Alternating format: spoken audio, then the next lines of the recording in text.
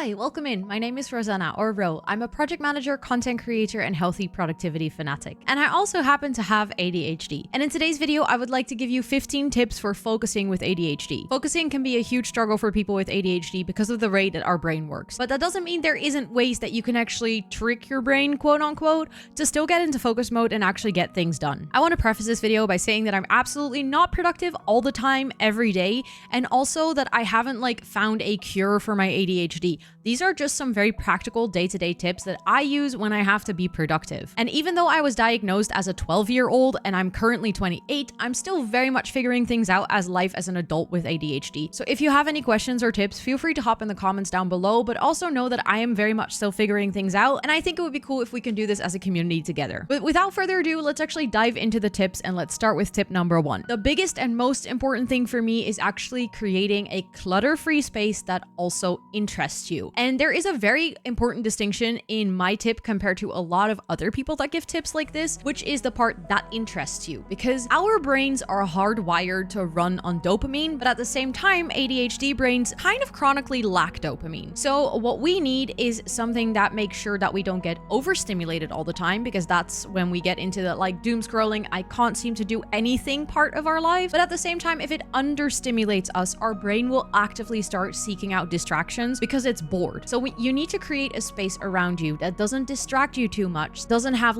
a million things, cluttery things laying around, but at the same time, an environment that is creatively inspiring or intellectually inspiring for you so that you can thrive within that environment. Personally, for me, this is why it makes it really hard for me to work anywhere else than this specific room in my house, where I have fully curated the space to work for my brain. Every single time I have to work somewhere else in a coffee shop or maybe at my office, I feel like I'm not performing optimally because that space is not optimized for me. So creating a space that on one hand gives your brain that little dopamine of I'm so happy to be here, it is my little space, but at the same time doesn't create any distraction for you, that is the sweet spot that you need to search for. The second tip is a very obvious one, and that is put away distractions, specifically your phone. I am a person who is very easily distracted by quick notifications, someone texting me. I also have an Apple Watch that tends to just buzz onto my arm saying that someone liked my tweet or someone replied to my Snapchat. And for this specific reason, I not only put my phone on a focus mode, but I physically take it out of the room when I have to focus. That's for me the only way that I get things done, because otherwise the temptation of grabbing it and actually trying to use it is super, super easy. However, if you have a job or you're in a situation where you can't really put your phone away because you need to keep an eye on it, I highly recommend installing an app that is called Forest, because Forest allows you to kind of block specific apps on your phone while a tree is growing. And every single time you try to use one of those apps, it will notify you that your tree, your virtual tree, is gonna die if you actually use that app. And it's this small little motivator, and also at the end you will have grown a tree that gives you that little dopamine boost that our brain so desperately seeks, which helps a lot into preventing you from accidentally opening Instagram and doom scrolling for an hour, while at the same time maintaining your phone on your desk, allowing you to receive calls if you're waiting for any. Then tip number 3 is trying the concept of body doubling. If you've never heard of body doubling, it basically means that you have someone else who is performing a similar task, or at least something that requires a similar mindset at the same time as you. So you can kind of lean on them and the fact that they are already working on that task to trigger your brain and kind of go into that same focus mode or whatever that mode is that they are also in. This is something that doesn't only work for focus with ADHD, it's actually a proven concept in sports as well. So if you've ever watched people cycling, they always say that the cyclist that's all the way in the front is actually carrying the rest of the group. The same goes for swimming or marathon running. Basically, the person that is in the front is also carrying a part of the mental load of the people going in the back, because they can lean on that person, they can follow, and following is a lot easier than leading in this situation. So if you have someone with you, or this could also be digital with concepts like co-working streams, which I also host on my Twitch channel, you can actually have people kind of take that lead for you. So all you have to do is follow in their routine and their focus, which makes it a ton easier to just do things. Sometimes this can be the simplest things. If you're living with your partner and you need to do household chores, simply ask them to also do their household chores at the same time. Or for some people, it even already works if that person is just sitting in the room with them. Maybe they're reading a book or checking their phone, but the fact that they are not alone and they don't have to carry that load of don't get distracted by themselves helps them a ton. Then tip number 4 is treat your focus like a marathon instead of a sprint. Please do not sit down at your desk and try to focus for 4 or 5 hours in one run. Even if you do manage to get into that sweet hyper focus, you're gonna wear yourself out. You're probably gonna feel incredibly tired after after, maybe potentially even experience a huge crash in energy, which will most likely cost you more time than that you spent on it to recover from it. I actually know this from experience. I used to be a huge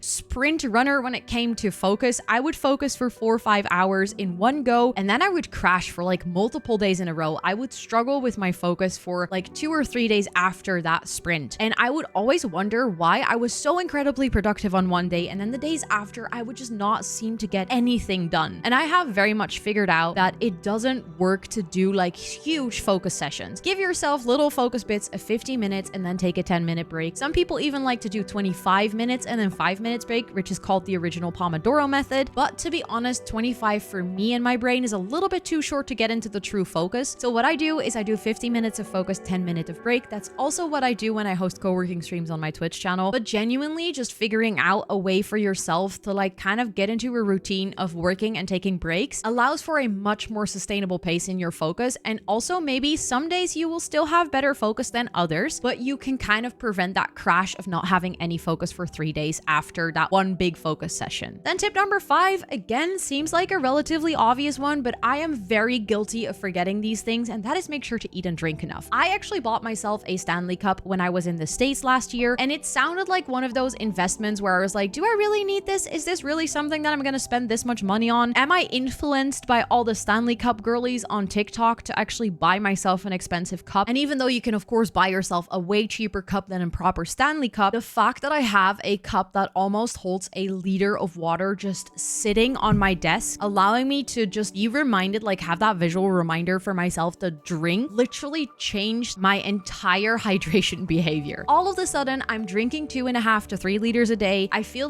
much better when it comes to my skin. I don't have as many headaches as I did before. I only drink 1 cup of coffee a day, and for the rest of the day, I'm just drinking tea or water or lemonade. And it's made a huge change in terms of how I feel when I'm working as well. The same comes to eating. So having good routines and eating on the same times every single day, and trying not to eat a little bit in one meal and then binge eat in the next, but kind of spread your food out over the entire day helps a lot, because your bodily functions absolutely have impact on how well you can focus. And I always think that I underestimated this one, because I was always like, nah, I don't know, I'll just drink a glass of water when I get thirsty. But making sure that you eat enough and that you drink enough makes such a huge impact on how your brain works. And considering our brain already has enough challenges, why are we trying to give them even more by not eating and drinking? Then tip number 6 is one that kind of ties into having food at the same time every day, but it's one that is a little bit more long-term, so it's not a quick tip to focus, but that is building routines. And for me, a fundamental mindset shift was to realize that routine is not the same as a schedule. So you don't have to have a routine that is every single day at 6 you're gonna do this, and at 7 you're gonna do this. That's a schedule. A schedule is very, very time related, and also means that you have to do it in the same order every single day on the same times. And as we all know, ADHD brains also get bored really quickly, so that routine will probably last you for a week, and then you're gonna be so done with it, you're never gonna go back to it. However, if you actually build a solid routine, it means that you kind of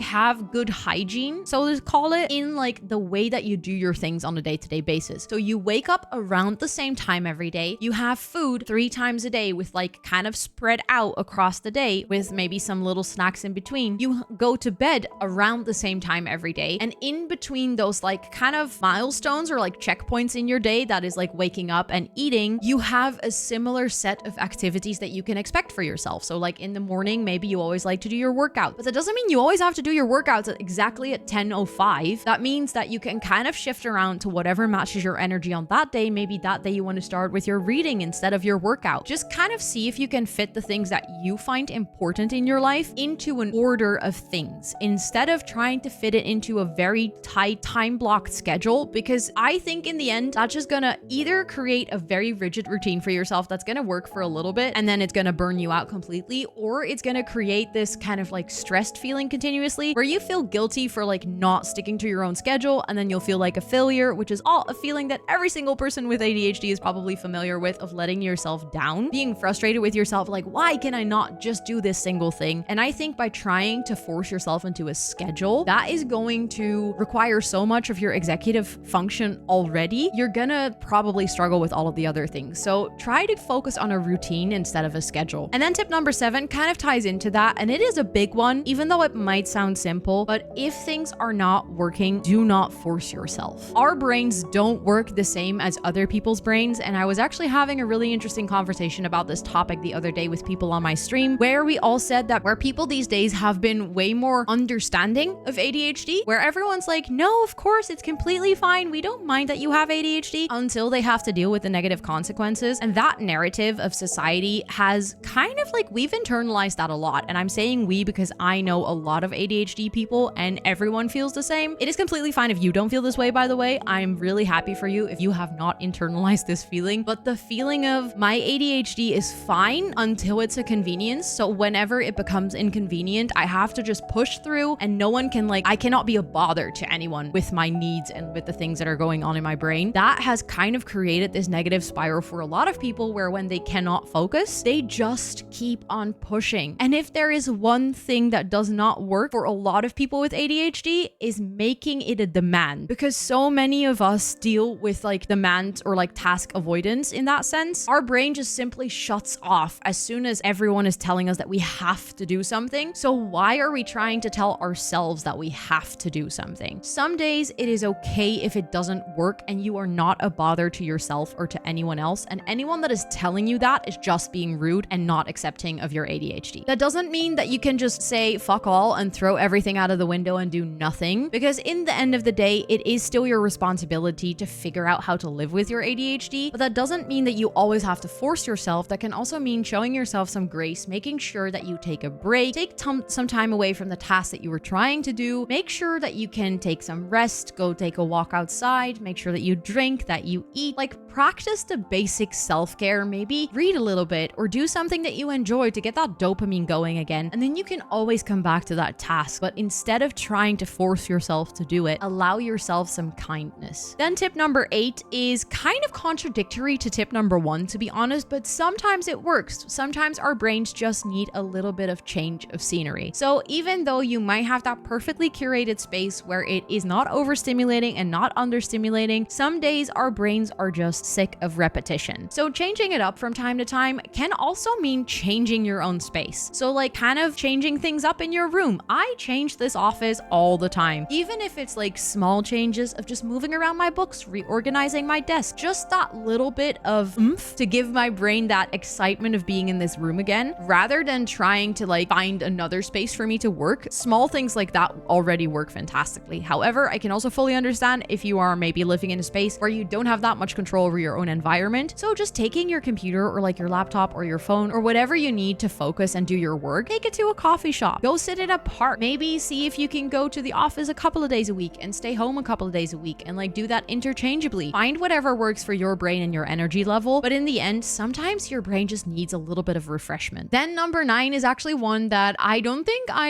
have heard that much, because also the name I had to come up with myself basically, but I call it dopamine deadlines. And they're like one of my favorite things. I love to put dopamine deadlines for myself. So basically what it means is that you're gamifying your work. I am a person who loves to game, and what happens in games is whenever you complete a quest, you actually get like a little dopamine boost. You get like a reward, or you get like an applause, or you unlock part of the map, and you also get that like instant feedback. So it is very clear that you have finished something and that you get rewarded for that. The risk with this in life is that you're going to reward yourself for every single basic thing you do. So like, oh, I brushed my teeth, I get to reward myself. Oh, I don't know, I took out the trash, so I get to reward myself. In that degree, I think it could become almost like a thing where the rewarding is also going to wear off really quickly. So don't use dopamine deadlines for like every single thing you do, but use them for things that you know that you're going to struggle with, or tasks that feel like huge. If tasks are like really daunting, promise yourself that you're going to get yourself something nice. Allow yourself to watch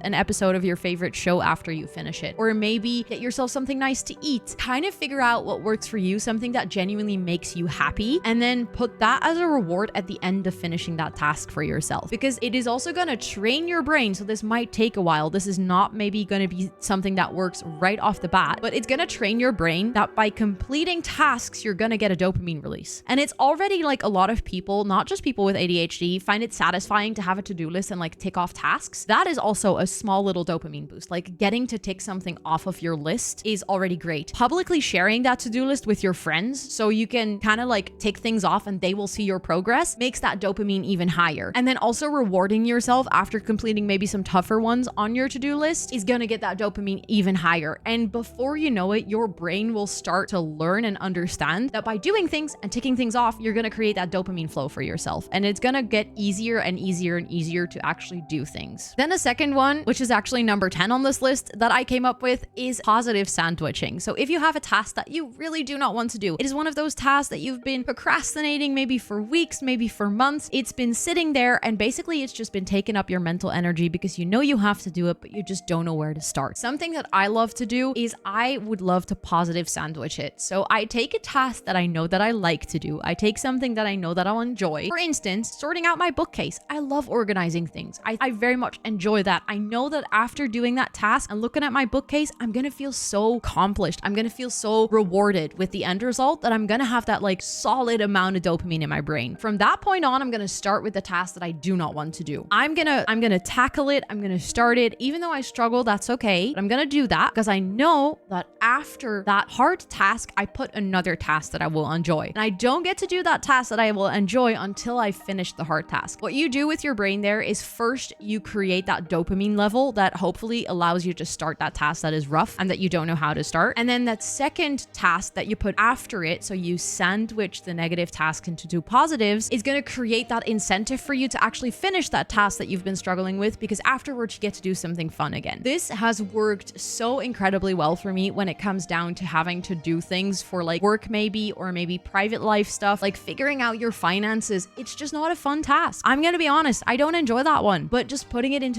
in between two things that I do enjoy really helps me a lot. Then tip number 11 is doing some energizes. So if you're feeling like a little bit gloomy or maybe a little bit down, or you're just in that position where you just feel so tired, you're ready for a really long nap, but you still have work to do, something that can help sometimes is just kind of energizing your brain with a little creative assignment. If you Google energizers or like creative energizers or energizers for teams, stuff like that, there is like an unthinkable amount of exercises out there. As a person who has worked a lot with project groups and also has seen energy dips to big extents, it genuinely really works to do energizers. You can do an energizer at the start of your session, you can do it in the middle, you can do it at the end. You can basically do multiple in between if it helps you to kind of keep your pace going. Figure out which energizers you enjoy. Some energizers are like a little bit more intellectually challenging, like solving a puzzle. Some are more like gratitude things, so you write down what you're grateful for that day. Some are more like physical, so you actually, I don't know, get a jumping rope and do 10 jumps or something like that. But there's like a really big array of things that you could do to energize yourself and kind of like take your brain out of the maybe negative flow that you're in, or like tiredness flow, or like down flow, and kind of just push it a little bit back up again. Then number 12 is one that doesn't necessarily directly relate to how to get into a focus mode, but it does more relate to what to do when you're struggling to focus. So that is getting your priorities straight. Understanding your to-do list and understanding which of those things you really have to do and which of those things are okay to kind of maybe push to tomorrow, or maybe also not do at all. I feel like, and this might be a very personal thing, but maybe people that are watching this video can recognize this. It is really easy to feel responsible for everything, but there is actually a lot of things that you're not responsible for and that you can also just put onto another person. You don't have to do everything yourself. So sometimes just saying, hey, I'm not going to do that. I'll either wait for someone else to pick it up, I'll ask someone else to pick it up, or I'll just accept that it doesn't get done because actually nothing happens when I don't do this. All of those things, make sure that they are on your to-do list if you don't want to forget them, but also give them a very low priority. And then there's like the mid priority of things that can also happen somewhere this week. Maybe they don't have to happen today, right here, right now. And then there's like a couple of your high priority things. And by understanding this list and like understanding your own priorities, it's going to be so much easier to actually use your focus that you do have on the things that are very important, instead of doing all the things that are not really important, then feeling incredibly unfocused and then realizing that you have very high priority tasks that still need doing, because that might stress you out a lot. And with that, I would like to mention not only taking on a lot of responsibility, but self-imposed deadlines are also also kind of tricky here, because I know some people really feel like they have to do something by a certain date because they're ambitious, they're trying to work through things. They feel like there is like a lot of reason for them to actually finish something today. Like, I have worked with so many people that when I ask them, okay, but what is the most important thing on your to-do list today? They would say everything. Everything on my to-do list is important. There's nothing that I can scrape off. Everything must happen today. And then we talk through it, and there's actually quite some things that are more like self-imposed deadlines, because they're like, yeah, but if I don't do it today, then I'll screw myself over tomorrow, and I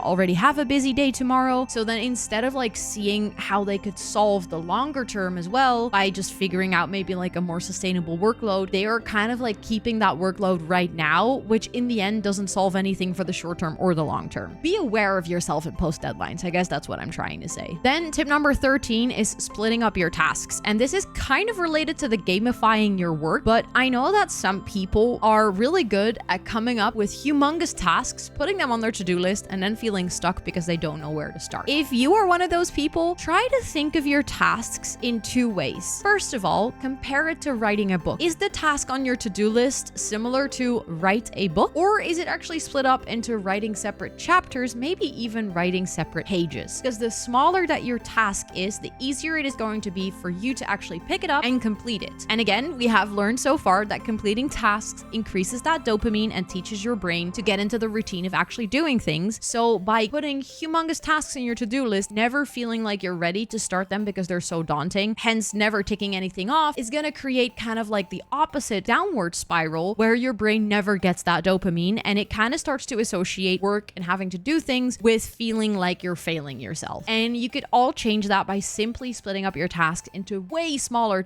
steps that feel way more attainable for you to actually start and complete. Then the second part, that because I said there's two ways that you should start looking at your to-do list, is don't look at them as tasks. Start calling everything you need to do on a day a quest. And sometimes when you're doing a quest, there is like sub-steps to your quest. Like if you have your little game UI in your head, you have the task name, and then there's like little things that you need to complete for that quest. You need to gather some materials, you need to speak to a certain character. Like, try to think about it that way, because for some reason it is very proven, this is not something that I have made up, but gamifying your work is just, our brains just love that shit for some weird reason. Probably, again, the dopamine. The second part to that is also, if you're working through a day, decide what your main quest for the day is. Decide, like, again, that prioritization, that one or two tasks that you really have to do, those are your main quests for the day. Then you also have a bunch of sub-quests or things that are like little less important. And also it allows yourself to, whenever you're doing something that's not on your to-do list, instead of saying, I'm being a bad person, I'm doing something that's not on my to-do list, tell yourself you're doing a side quest. And also, when you're planning your week, make sure that you plan in time for side quests. And that is a very nice bridge into tip number 14, which actually is take focus lack into consideration when you are planning your week. So don't just plan time for side quests. Don't just plan time for your brain to get distracted, and also pursue creative avenues or entertain yourself in like an intriguing question for your brain, because that also is incredibly nice for your head to do. Like, it is okay to stretch that brain noggin. It is okay to stretch that brain muscle. You know, it helps us. But at the same time, calculate that you're going to do that. Make sure that when you think about a task and you're like, I can do that in an hour, add like 1.5 hours to your calendar for that task. Just know yourself. Be realistic. You're going to get distracted. You're going to maybe go on a side quest, and that's okay, because that's how your brain works. And instead of trying to fight that, schedule it. Allow yourself time for it. That way, you're going to feel at the end of the week like you did everything you wanted to do, because you actually realistically scheduled your tasks, so you don't feel like you're letting yourself down. You're going to feel incredibly accomplished because you did everything on your list, but you also did extra things because you side quested and you had fun doing that, instead of side questing and continuously feeling guilty all the time of like, I shouldn't be distracted right now. I shouldn't be side questing. I should be focusing. Because if you know that you calculated the time for that, you're going to be like, oh, I actually have time for like 15 minutes to do this silly little mind exercise and think about this question that I saw on Instagram the other day. I don't know. Just give yourself the time. Be nice to yourself, basically. And then tip number 15 is accept when it doesn't work, and also work through the guilt that comes with that. I've already mentioned it a couple of times in this video, and one of the things was don't push yourself, but also sometimes you just gotta accept that you have a day where things don't work. And if that hurts you to a point where you feel like you're so sad, you're feeling so guilty towards yourself, you actually might have external factors telling you that you're doing a bad job. It is completely okay to seek help with that. Honestly, I have had so much professional help through the years, and I still sometimes I'm like, you know what, maybe it might be time to ask for help again, because every single day life throws new challenges and new struggles at you. The way if you're growing older, maybe you start a new job, maybe you have kids, maybe you move in with someone, maybe your life flips upside down due to something that happens in your life that comes with brand new challenges that you didn't realize your brain would struggle with. It is completely valid if it doesn't work, and if you're continuously struggling with focus every single day and you don't seem to get anything done, and it's just a process where you continuously get into that cycle of trying and then feeling guilty or failing yourself, please make sure that it's completely okay to ask for help. You're not alone in that struggle. There is so many other people that are going through that. There's so many communities of wonderful, not just ADHDers, but also just in general neurospicy people. So you are not alone. Just know that it is also okay to struggle sometimes, but also don't let yourself suffer in silence, and make sure to ask for help, reach out to someone, because that in the end is gonna make much more of a difference than any of the previous 14 tips that I shared. And on that very important note, I would like to close this video. If you have any questions, comments, suggestions, feel free to hop in the comments down below, because like I said, I would love to do a learning process like this as a community together. If you like this video and it was helpful to you in any way, please toss it a cheeky like. And if you're interested in more healthy productivity videos, feel free to go check out my channel, because you might like what you see. And if you do, don't forget to hit that subscribe button and notification bell. And with all of that being said, thank you so much for watching, and I'll see you on the next one. Bye everyone!